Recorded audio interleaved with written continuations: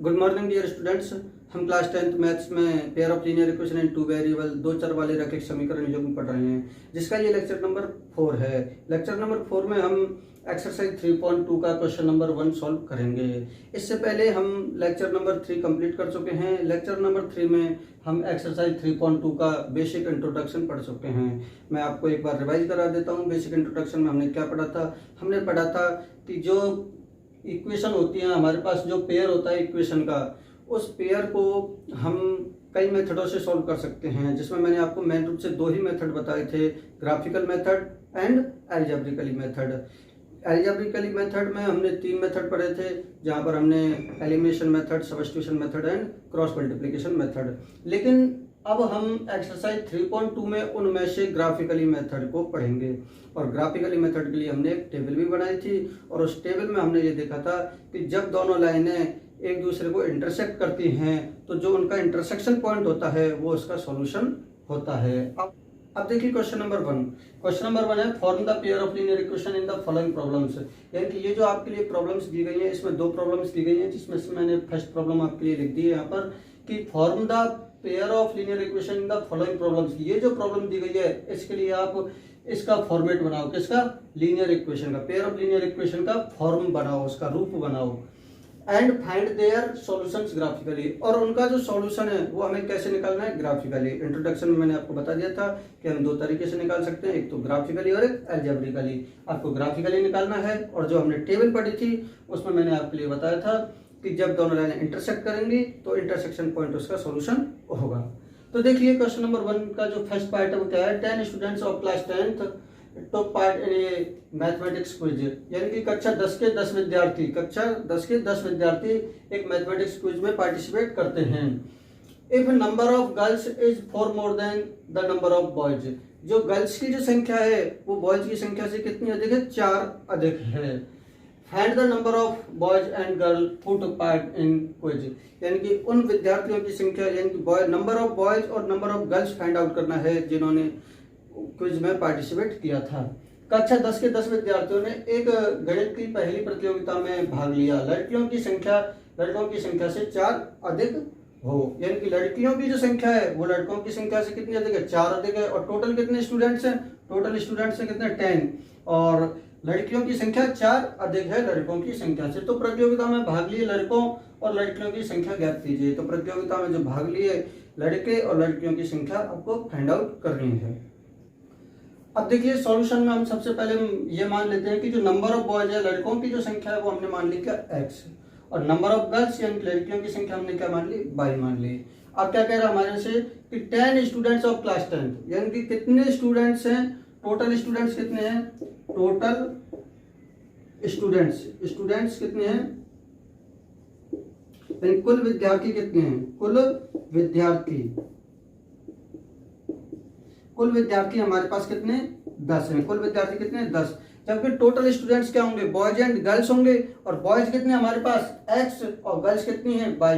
तो total students कितने हो जाएंगे? x plus y is equal to कितना हो जाएगा? 10 है ये, तो 10 हो जाएगा। इसको दे देंगे हम इक्वेशन नंबर 1। तो हमारी फर्स्ट इक्वेशन तो यहाँ से बन जाएगी कि टोटल स्टूडेंट्स कितने हमारे पास? 10 है, और नंबर ऑफ बॉयज x है, नंबर ऑफ गर्ल्स y है, तो x plus y is equal to 10 हो जाएगा।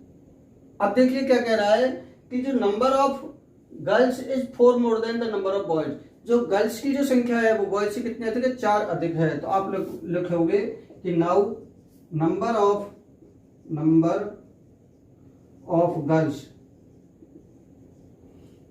Girls is equal to number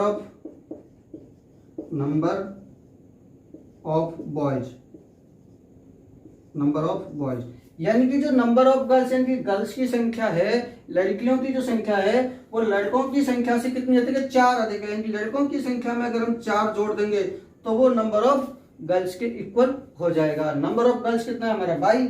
तो क्या आ जाएगा? 22 आ जाएगा is equal to number of boys कितना है हमारे पास? x plus 4। हिंदी में भी लिख लोगे आप, जो लड़कों की संख्या बराबर लड़कियों की संख्या बराबर लड़कों की संख्या प्लस 4। तो इस तरीके से हमारी आ जाएगा इक्वेशन नंबर 2। तो हमारा जो फर्स्ट चीज थी कि form the pair of linear equation, ये हमारा पेयर ऑफ लीनियर इक्वेशन बन गया। दो इक्वेशन बन गई तो ये पेयर बन गया लीनियर इक्वेशन का। अब क्या कह रहा है इसको, and find their solution graphically. अब आपको इनका ग्राफिकली सॉल्यूशन फाइंड आउट करना है। ग्राफिकली सॉल्यूशन के लिए आप इनको पॉइंट फाइंड आउट करो, इक्वेशन 1 के लिए और इक्वेशन 2 के लिए। अब देखिए मैंने लिखा है फ्रॉम इक्वेशन फर्स्ट को लिख दिया मैंने, एंड फ्रॉम इक्वेशन सेकंड तो इक्वेशन सेकंड को लिख दिया मैंने। अब सबसे पहले जो हमारे पास इक्वेशन फर्स्ट है हम उससे टेबल बनाएंगे। तो इसके लिए हम पहले एक वेरिएबल को इधर रख लेते हैं और दूसरे वेरिएबल को उधर भेज देते हैं। जिस तरफ हम लेफ्ट साइड में हम उस वेरिएबल को रखते हैं जिसका कोएफिशिएंट छोटा हो या 1 हो। अब इसमें तो दोनों का ही 1 है, इसलिए हम किसी को भी रख सकते हैं। अगर हम x को इधर रख देंगे तो 10 माइनस क्या हो जाएगा, ये y हो जाएगा इधर आके। और हम एक छोटी सी टेबल बना लेंगे, टेबल बना लेंगे। इसको दे दो चाहो तो आप इक्वेशन नंबर 3। अब देखिए हम टेबल बनाते हैं किसके लिए, x और y के लिए। x और y हो जाएगा ये, और यहाँ पर हम 2 वैल्यूज फाइंड आउट करेंगे। तो सबसे पहले हम करते हैं put y is equal to 0 1 2 कितना भी पुट कर लो, लेकिन रहना चाहिए इसकी रेंज में ही। जैसे 10 तक आप कोई भी नंबर पुट करोगे तो आपके लिए ज्यादा सुटेबल होगा। पुट तो आप 1000 भी करोगे तब भी सही होगा, लेकिन हम 10 की रेंज में ही, क्योंकि हमारा आंसर दोनों का समकक्ष रहे, इसके लिए हम मान के चलो पुट कर देते हैं y इज इक्वल टू 0 ले लो या 1 ले लो, 1 ले लेते हैं हम 1। अगर हम 1 पुट करेंगे तो x इज इक्वल टू कितना हो जाएगा, 10 माइनस y की वैल्यू कितनी आ जाएगी 1, y की वैल्यू हम कितनी लेके चल रहे हैं 1, तो 10 माइनस 1 कितना आ जाएगा 9। कहने का मतलब यह कि जब हम y की वैल्यू 1 लेते हैं तो x की वैल्यू हमारी कितनी आती है 9 आ जाती है। अब हम एक और वैल्यू पुट करते हैं, put y is equal to y की दूसरी वैल्यू हम पुट कर देते हैं। 1 के बाद में 2 कर लो, 3 कर लो, 4 कर लो, कितना भी पुट कर लो। मान के चलो हमने पुट कर दिया 5। तो आप कोई भी नंबर पुट अप कर सकते हो। तो आपकी x की वैल्यू क्या है कि x is equal to 10, y की जगह पे क्या पुट करना है हम लोगों को 5, तो 10 माइनस 5 हो जाएगा, 10 माइनस 5। तो फिर x की वैल्यू कितनी आ जाएगी 5 आ जाएगी। इस तरीके से हम देखते हैं कि जब हम y की वैल्यू 5 लेते हैं तो हमारे पास x की वैल्यू भी 5 आती है। तो इस तरीके से हमारी एक टेबल तो ये हो गई। और इसको हम दूसरे शब्दों में चेक करना चाहें तो ये भी चेक कर सकते हैं कि x प्लस वाई कितना रहेगा 10, यानी कि x प्लस वाई कितना रहेगा 10 रहेगा। 9 एंड 1 10, 5 एंड 5 कितना हो जाएगा 10। मैं आपकी टेबल ऐसे ही चेक करता हूँ कि ये इस इक्वेशन को सेटिस्फाई कर रही है या नहीं। अब देखिए हम इसको, ये तो डायरेक्टली लिखा हुआ है अपने लिए y equal to x plus 4 के फॉर्मेट में, और ये क्या थी हमारे पास इक्वेशन नंबर 2 थी। तो अब 2 के बाद में चलो हम इसको नाम दे देते हैं 4। अब नए सिरे से यहाँ पर, क्योंकि इसको नाम दे दिया 3, इसको दे दिया मैंने 4। और अब हम इसके लिए भी एक टेबल बनाते हैं। इसके लिए भी टेबल बहुत आसान है बनाना, x और y लिख लो यहाँ पर और पुट कर दो। अब यहाँ पर हम पुट किसकी वैल्यू करेंगे, x की। तो put x is equal to क्या कर दें हम 1 कर दो, 3 कर दो, 4 कर दो, कितना भी पुट कर दो। मैंने मान के चलो 1 पुट कर दिया। जब मैं x की वैल्यू 1 पुट अप करूंगा तो x की वैल्यू 1 तो यहाँ पर आ जाएगी, और y की वैल्यू कितनी आ जाएगी, x प्लस 4 है और x की वैल्यू हम कितनी ले रहे हैं 1। तो x की जगह हमें क्या पुट करना होगा 1 प्लस 4 पुट करना होगा। तो y की वैल्यू कितनी आ जाएगी 5, तो 1 पे कितनी आ रही है 5। अब हम पुट करेंगे x इज इक्वल टू 1 के बाद में हम 2 3 4 5 कितना भी पुट कर सकते हैं। तो 2 पुट कर लो, x इक्वल टू 2, तो y इक्वल टू कितना आ जाएगा, x की वैल्यू 2 लिया है तो 2 प्लस 4 कितनी आ जाएगी 2 प्लस 4 इज इक्वल टू कितना आ जाएगा 6। कहने का मतलब ये होगा कि x की वैल्यू जब हम 2 लेते हैं तो y की वैल्यू कितनी आती है 6। तो y 6 आ रहा है तो y वाले कॉलम में हमारे कितना आ जाएगा 6 आ जाएगा। इस तरीके से हमारी दोनों टेबलें हैं। इन दोनों टेबलों का अब हम किस पे देखेंगे, ग्राफ पे, ग्राफिकल रिप्रेजेंटेशन, और वहीं से हम इसका सोल्यूशन फाइंड आउट करेंगे। देखिए अब हम ग्राफ बनाते हैं। सबसे पहले हमने ऊपर लिख दिया एक्सरसाइज 3.2 क्वेश्चन 1 पार्ट 1, उसका हम ग्राफ बना रहे हैं। तो आप भी ऐसे लिख दिया करो जिससे मुझे ये पता चल जाए कि ये कौन से क्वेश्चन का ग्राफ है। और ये जो इक्वेशन आपकी लिखी हुई थी मैंने अभी लिख रखी थी, और ये भी आपकी इक्वेशन आपके यहाँ पे लिख रखी है। ये मैंने ग्राफ पे इसलिए लिखी है ताकि मैं आपको समझा सकूँ। बाकी आपको इन दोनों इक्वेशंस को लिखने की नीड नहीं है ग्राफ पे, इस जगह पर टेबल बना के यहाँ पर, क्योंकि ये आपके पास पहले से ही लिखा हुआ है ऑलरेडी। अब देखिए हम सबसे पहले तो 2 लाइंस ड्रॉ कर लेते हैं, x एक्सिस और y एक्सिस आ जाती है हमारी, और बीच में सेंटर पे 0 दे देते हैं। और ये जो हमारी टेबल होती है उसके अकॉर्डिंग हम देखते हैं यहाँ पर हमारा हाईएस्ट 9 जा रहा है, इधर हमारा 6 तक जा रहा है। तो हमारा 9 और 6 तक की 9 तक की डिजिट आ जानी चाहिए। तो हम देखते हैं कि हमारे पास 9 तक की डिजिट आ जाएंगी। तो हमने यहाँ पर 12 तक ले लिया, इधर 10 तक ले लिया। इधर भी आप आगे तक लिख सकते हो, माइनस का 5 आगे बढ़ा सकते हो, इधर भी बढ़ा सकते हो, कोई दिक्कत नहीं है। लेकिन हमें जितने की ज़रूरत है वो हमारे पास लिखा हुआ होना चाहिए।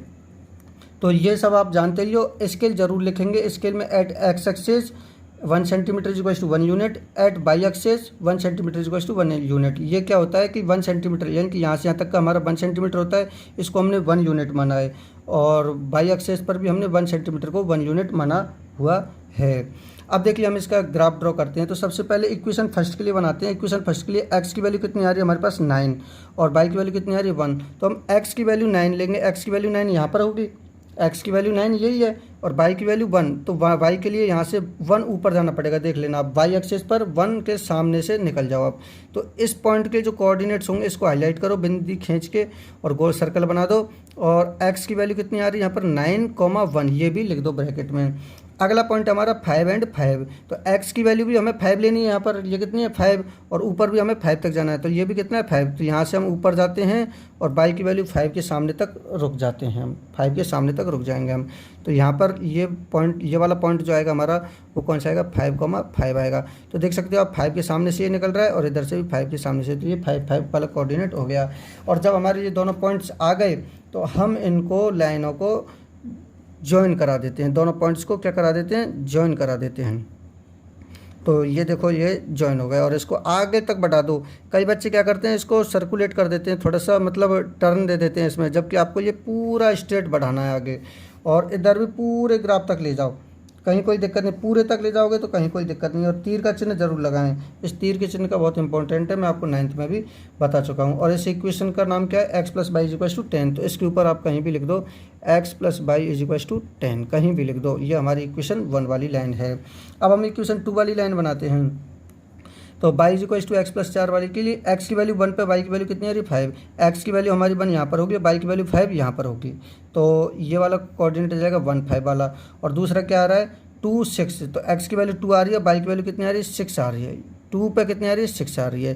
तो ये तो x की वैल्यू तो कितनी आ रही है 2, और y की वैल्यू हमारी कितनी है 6। तो हम इसके तो कोऑर्डिनेट्स क्या लिखेंगे 2, 6, और x की वैल्यू 1, 5 वाला ये है 1, 1 और 5। इन दोनों को ऐसे हिसाब से लिखो ताकि आपकी ये लाइन को ना काटें, अलग से लिख दिया करो बाद में, आइडिया लगाने के बाद में भले।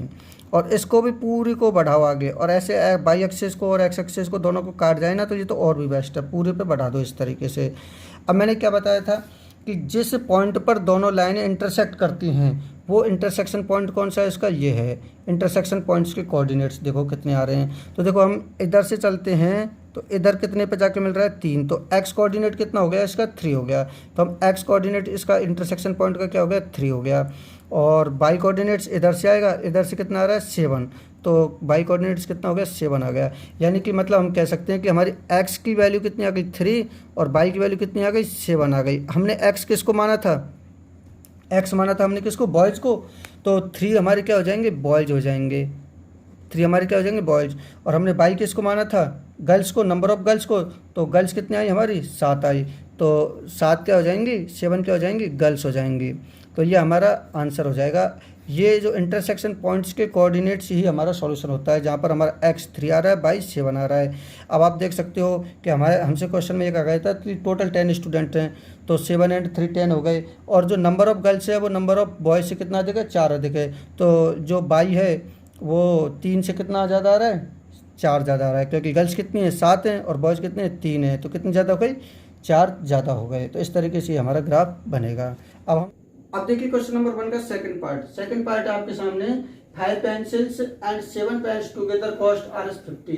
यानी कि 5 पेंसिल और 5 पेन दोनों का मूल्य कितना दे रखा है आपके लिए 50 रुपीज, 50 रुपए दे रखा है। वेयर एज 7 pencils and 5 pens together cost Rs46। और उसी प्रकार की जो 7 पेंसिल और 5 पेन का जो मूल्य है वो कितना है 46 है।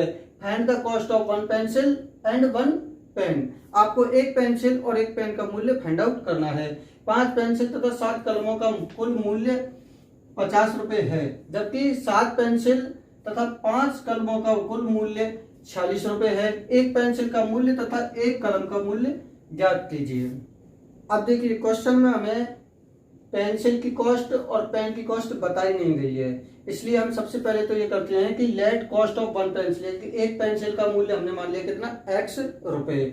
सेम हमने कॉस्ट ऑफ 1 पेन है कि एक कलम का मूल्य, पेन को हिंदी में क्या बोलते हैं कलम, तो एक पेन का मूल्य क्या मान लिया हमने 22 रुपए। अब हमें क्या कह रहा है now 5 pencils and 7 pens together cost Rs 50, यानी कि 5 cost of 5 pencil and 7 pencil, यानी कि 5 पेंसिल और 7 पेन का मूल्य कितना दे रखा है आपके लिए 50 दे रखा है। 5 पेंसिल और 7 पेन का मूल्य कितना दे रखा है 50 दे रखा है। अब 5 पेंसिल का मूल्य कितना होगा, एक पेंसिल का मूल्य कितना है x रुपए, एक पेंसिल का मूल्य कितना है x रुपए, तो 5 पेंसिल का मूल्य कितना हो जाएगा 5x रुपए। तो हम क्या लिखेंगे 5x प्लस एक पेन का मूल्य कितना है 22 रुपए, तो 7 पेन का मूल्य कितना हो जाएगा 7 बाई, तो कितना हो जाएगा 7 बाई इज इक्वल टू कितना हो जाएगा 50। ये तो हो जाएगी हमारी equation number first. Same process हम अगली इक्वेशन फाइंड आउट करने के लिए लगाएंगे। अगली इक्वेशन के लिए हमें क्या दे रखा है यहाँ पर कि 7 pencils and 5 pens together cost R S 46, यानी कि cost of 7 pencils and 5 pens कितना दे रखा है आपके लिए 7 पेंसिल और 5 पेन, 7 पेंसिल और 5 पेन का मूल्य कितना दे रखा है 46 रुपए 46 रुपए। तो हम ये लिख देंगे कि 7 पेंसिल और 5 पेन का मूल्य कितना हो जाएगा 46 रुपए। अब 7 पेंसिल्स का मूल्य कितना आएगा, एक पेंसिल का मूल्य कितना है x, तो 7 पेंसिल्स का मूल्य कितना हो जाएगा 7x प्लस 5 पेन का मूल्य कितना होगा, 1 पेन का कितना है बाई, तो 5 पेन का मूल्य कितना हो जाएगा 5 बाई इज इक्वल टू कितना हो जाएगा 46 हो जाएगा। इस तरीके से हमारी इक्वेशन नंबर 2 आ जाएगी। अब हम इक्वेशन नंबर 1 और 2 को सॉल्व करेंगे। अब देखिए फ्रॉम इक्वेशन फर्स्ट को मैंने यहाँ पे लिख दिया कि 5x plus 7y equal to 50, ये हमारी इक्वेशन फर्स्ट थी। और इक्वेशन सेकंड को मैंने इधर लिख दिया फ्रॉम इक्वेशन सेकंड। पहले हम इक्वेशन फर्स्ट को सॉल्व करते हैं, फिर उसके बाद में सेकंड पे आएंगे। तो फर्स्ट को सॉल्व करने के लिए हमें किसी भी एक वेरिएबल के लिए वैल्यू फाइंड आउट करनी पड़ेगी। या तो आप x के लिए फाइंड कर लो या y के लिए इस इक्वेशन को सॉल्व कर लो। अगर हम y के लिए इक्वेशन को सॉल्व करेंगे तो 7 डिवाइड में जाएगा, जिसका हमें डिवाइड थोड़ा टफ होगा बजाय 5 के। अगर 5 को डिवाइड में भेजेंगे तो आसान होगा। तो हम 5x को तो इधर ही रख लेते हैं इज इक्वल टू 50 माइनस ये 7y है, ये इधर आ जाएगा तो ये माइनस का 7y हो जाएगा। तो पहली लाइन समझ में आ गई भी, मैंने 7y को इधर ले आया माइनस का हो गया। और यहाँ से हम x की वैल्यू कितनी जाएगी 50 माइनस 7y अपॉन 5 डिवाइड में चला जाएगा तो डिवाइड में आ जाएगा। अब हम क्या करते हैं टेबल बना लेते हैं। आप y की वैल्यू निकाल के भी करोगे तब भी सही होगा, गलत नहीं होगा, बस कैलकुलेशन थोड़ी सी बढ़ जाएगी। तो देखिए यहाँ पर x है, यहाँ पर क्या है y है। हम y की वैल्यू सबसे पहले 0 पुटअप करते हैं। अगर हम 0 पुटअप करेंगे तो 0 को 7 से मल्टीप्लाई करोगे तो कितना आ जाएगा 0, और 50 में से 0 जाएंगे तो 50, और 50 को 5 से डिवाइड करोगे कितना आ जाएगा 10 आ जाएगा। तो सबसे पहले हम y की वैल्यू 0 पुटअप करते हैं। अब देखो 0 पुटअप करेंगे तो put y is equal to 0, और 0 पुट करेंगे तो क्या आ जाएगी x की वैल्यू 50 माइनस 7 इंटू y की वैल्यू कितनी आ जाएगी 0 आ जाएगी, अपॉन नीचे क्या आ जाएगा 5 आ जाएगा। तो हमने क्या किया y की जगह 50 आ जाती है माइनस 7 y की जगह पे हम कितना लेके चल रहे हैं 0, और नीचे क्या है 5। तो सब चीज वैसे के वैसे है। अब हम इसको मल्टीप्लाई कर लेते हैं। 5 माइनस 7 को 0 से मल्टीप्लाई करोगे तो 0 आ जाएगा अपॉन 5, और 50 में से 0 जाएंगे तो कितना बचेगा 50 अपॉन 5, और 50 को 5 से डिवाइड करोगे कितना आ जाएगा 10। तो जब हम y की वैल्यू 0 लेते हैं तो हमारा कितना आएगा 10 आएगा। अब हम देखो कि y की वैल्यू क्या लें कि इसको सॉल्व करने पर 5 से डिवाइड हो जाए। अगर जैसे हम 1 ले लेते हैं तो यहाँ पर कितना आएगा 1 आएगा, और 7 को 1 से मल्टीप्लाई करोगे तो 7, और 50 में से 7 जाएंगे तो यहाँ पर कितना आ रहा होगा 43, और जब आप 43 को 5 से डिवाइड करोगे तो नहीं होगा, पॉइंटों में आएगा, और पॉइंटों में आएगा तो उसको ग्राफ पे ढूंढने में भी मुश्किल होगी। इसलिए आप यहाँ पर ऐसा नंबर लो कि यहाँ पर जो आए यहाँ से सब्ट्रैक्ट करने के बाद में जो आए वो 5 से डिवाइड हो जाए। तो 1 से तो हो नहीं पा रहा, 2 लोगे तब भी नहीं हो पाएगा, क्योंकि 14 आएगा, 14 50 में से सब्ट्रैक्ट करोगे कितना आएगा 36, और 36 5 से डिवाइड हो नहीं पाएगा। तो हम 4 लेंगे तो 4 से भी नहीं हो पाएगा, आप चेक करके देख लेना। अगर हम 5 लेंगे, y की वैल्यू 5 लेंगे तो ये कितना हो जाएगा 35, और 50 में से 35 जाएंगे तो कितना बचेगा 15, और 15 को 5 से डिवाइड हो जाएगा। तो हम y की वैल्यू अगली कितनी लेते हैं 5 लेते हैं हम। तो देखिए यहाँ पर put y is equal to 5, y की वैल्यू पुट 5 करोगे आप तो x is equal to 50 minus 7 into कितना आ जाएगा इंटू y की वैल्यू कितनी है 5 है तो 5 आ जाएगा, अपॉन कितना बचेगा 5 बचेगा। ये कितना हो जाएंगे 35, और 50 में से 35 जाएंगे तो कितना बचेगा 15 अपॉन 5। मैंने घटा दिया, इनको मल्टीप्लाई कर दिया 35, और 35 को 50 में से घटा दिया तो कितना गया 15, और 5 से कितने टाइम्स कैंसिल हो जाएगा 3 टाइम्स कैंसिल हो जाएगा। तो 5 पे वैल्यू कितनी आ जाएगी 3 आ जाएगी। इनको हम ग्राफ पे आसानी से ले सकते हैं। अब देखिए हम इक्वेशन 2 के लिए सॉल्व करते हैं। तो देखो हमने ये देखा कि जब हमने x की वैल्यू ली तो x का कोएफिशिएंट डिवाइड में गया, तो यहाँ पर अगर हम x को लेंगे तो x का कोएफिशिएंट डिवाइड में जाएगा तो 7 जाएगा। तो हमें यहाँ पर आइडिया लगाना थोड़ा ट्रिपिकल होगा, इसलिए हम इसमें किसको रखेंगे LHS में बाई को रखेंगे, तो बाई के लिए सॉल्व कर लो। 5y is equal to 46 minus ये कितना हो जाएगा 7x हो जाएगा। तो यहाँ से बाई की वैल्यू कितनी हो जाएगी 46 माइनस 7x अपॉन कितना हो जाएगा 5 हो जाएगा। और अब हम इसके लिए भी टेबल बना लेते हैं, इसके लिए भी टेबल वेरी इजी है। टेबल बनाने के लिए हम क्या लिखेंगे x और बाई। अब देखो x की वैल्यू आप क्या लोगे 0 लोगे तो कितना आएगा, ये 0 हो जाएगा। 46 में से 0 जाएंगे तो 46, तो फिर ये 5 से डिवाइड नहीं होगा, तो हम 1 लें और 1 लेंगे तो कितना आएगा 39 आएगा, नहीं होगा 2 लें, 2 लेंगे तो कितना आएगा 7 2 14 और 14 जाएंगे तब भी नहीं आएगा 3 लेने पर आ जाएगा। तो हम बाई की वैल्यू क्या लें 3 लें, तो put y is equal to 3। तो पुट x की वैल्यू लेनी पड़ेगी हमें, किसकी लेनी पड़ेगी वैल्यू हमें x की लेनी पड़ेगी। Put x is equal to 3, x is equal to 3 put करेंगे तो बाई की वैल्यू कितनी आएगी 46 माइनस 7 इंटू 3 अपॉन कितना आ जाएगा 5 आ जाएगा इज इक्वल टू 46 माइनस 7 3 जा कितना रहता है 21 अपॉन 5 और 46 में से 21 जाएंगे तो 5 और 4 में 2 गए तो 2 बच जाएगा, तो कितना जाएगा 5 आ जाएगा। तो ये कितनी टाइम्स डिवाइड हो जाएगा 5 टाइम्स डिवाइड हो जाएगा। तो हमने जब x की वैल्यू 3 ली, x की वैल्यू कितनी ली x की वैल्यू 3 ली, x की वैल्यू 3 ली, तो y की वैल्यू कितनी आ गई हमारे पास 5 आ गई थी हमारे पास। अब हम अगली वैल्यू ले x की, अब हम x की वैल्यू रख रहे हैं इसमें, तब हमारे पास y की वैल्यू आ रही है, क्योंकि फॉर्मूला क्या है किसकी वैल्यू देगा हमें y की वैल्यू देगा। तो अगली चीज आप क्या पुट करें, आप लोग वीडियो को रोक के सोचिए कि हम क्या ले सकते हैं। तो put x is equal to, video को रोक के देख लिया फिर उसके बाद में चला लेना। x की वैल्यू हमने कहां तक ले ली थी 3 तक ले ली थी, अब हम 4 लेंगे तो कितना आएगा 28, तब भी नहीं आ पाएगा 46 में सब्ट्रैक्ट, तो 4 5 लें 5 पे भी नहीं आएगा 6 42 नहीं आ रहा 7 7 से कितना होता है 49 नहीं आएगा 8 लेने पर आ जाएगा। तो put x is equal to कितना 8, तो y की वैल्यू कितनी आएगी आपकी 46 माइनस 7 इंटू 8 आ जाएगा अपॉन 5 हो जाएगा। और 46 माइनस 8 7 जा 8 7 56 होते हैं तो कितना जाएगा 56, क्योंकि मुझे आइडिया लगा था कि इसमें भी एक यूनिट डिजिट 6 आ रही है और इसमें भी यूनिट डिजिट 6 आ रही है, और मैंने यहाँ पर भी यूनिट डिजिट से ही लगाया कि यूनिट डिजिट अगर 0 और 5 बन जाएगी तो हमारी कैलकुलेशन दिमाग लगाना आसान होगा। तो अपॉन क्या आ जाएगा 5 आ जाएगा, और ये सब्ट्रैक्ट करोगे तो माइनस का 10 बच जाएगा, ऐसे 56 में 46 जाएंगे तो अपॉन 5, तो इनको डिवाइड करोगे कितना बचेगा माइनस का 2, क्योंकि माइनस तो है और 5 2 जा 10। तो हमने 8 लिया x की वैल्यू, तो y की वैल्यू कितनी आ गई माइनस का, y की वैल्यू कितनी आ गई माइनस का 2 आ गई। अब हम इन दोनों इक्वेशंस को ग्राफ पर प्लॉट करेंगे। देखिए ये हमारा x एक्सिस हो गया, ये हमारा y एक्सिस हो गया। x एक्सिस पर हमने 0 1 2 3 अप टू 12 तक लिख दिए और ये भी हमने लिख दी है, ये सब आप जानते हो। मैंने ये बताया कि आपके लिए ये दोनों इक्वेशंस भी मैंने यहाँ पे लिख दी हैं, ये दोनों इक्वेशंस आपके लिए यहाँ पे लिख दिए हैं, और स्केल भी लिख दिया। स्केल सेम है जैसा पहले में बताया था, at x axis 1 centimetre equals to 1 unit, और y एक्सिस पर भी क्या है 1 सेंटीमीटर इक्वल्स टू 1 यूनिट। अब हम इक्वेशन 1 के लिए ग्राफ ड्रॉ करते हैं। इक्वेशन 1 के लिए ग्राफ ड्रॉ करेंगे तो ये क्या है x पर 10 y पर क्या है 0, तो x के लिए कितना जाना होगा मैं 10 और y के लिए कितना है 0। देखो x के लिए 10 तो यहीं पर ही हो जाएगा, x के लिए 10 तो यही वाला पॉइंट्स हो जाएगा, लेकिन y 0 इसी पर ही होगा। y के लिए 0 इसी पर इसलिए होगा क्योंकि नीचे जाओगे तो माइनस बनाएगा, ऊपर जाओगे तो प्लस बनाएगा, तो ये वाला जो पॉइंट्स है हमारा वही 10 0 x 10 आएगा, x कितना आएगा 10 और y कितना आएगा 0। अगला क्या है x पर 3 और y पे 5 है, x पर हम 3 जाएंगे और y के लिए ऊपर कितना जाएंगे हम 5 जाएंगे, तो कितना जाएगा 3 पे 5 आ जाएगा। और इन दोनों पॉइंट्स को हम मिला देंगे, इसको भी लिख देता हूँ मैं, ये कितना आ रहा है हमारा 3 और 5, x की वैल्यू कितनी आ रही है हमारे पास 3 और y की वैल्यू कितनी आ रही है हमारे पास 5, और इन दोनों पॉइंट्स को हम मिला देते हैं। ये देखो इन दोनों पॉइंट्स को हम आगे तक मिला देंगे, ये एक्सिस को आराम से क्रॉस करा दो, और भी आगे बढ़ा दोगे ना, जितना आगे बढ़ा दोगे ना उतना ही बेस्ट है, कमी नहीं छोड़नी है हमें, खूब आगे बढ़ा दो, इसको भी बढ़ा दो और इसको भी आगे तक। ग्राफ अच्छा बनाओ और आराम से समझो, कहीं कोई दिक्कत नहीं है। इसका इक्वेशन क्या है 5x प्लस 7y बराबर 50, तो ये कितना हो जाएगा 5x plus 7y is equal to कितना हो जाएगा 50, ये भी आप लिख दोगे इस पर। अब हमारी सेकंड इक्वेशन है x की वैल्यू 3 है y की वैल्यू 5 है, x की वैल्यू 3 है और y की वैल्यू 5, तो एक पॉइंट्स तो हमारा यही आएगा, x की वैल्यू 3 और y की वैल्यू 5, तो एक पॉइंट्स तो हमारा यही हो गया।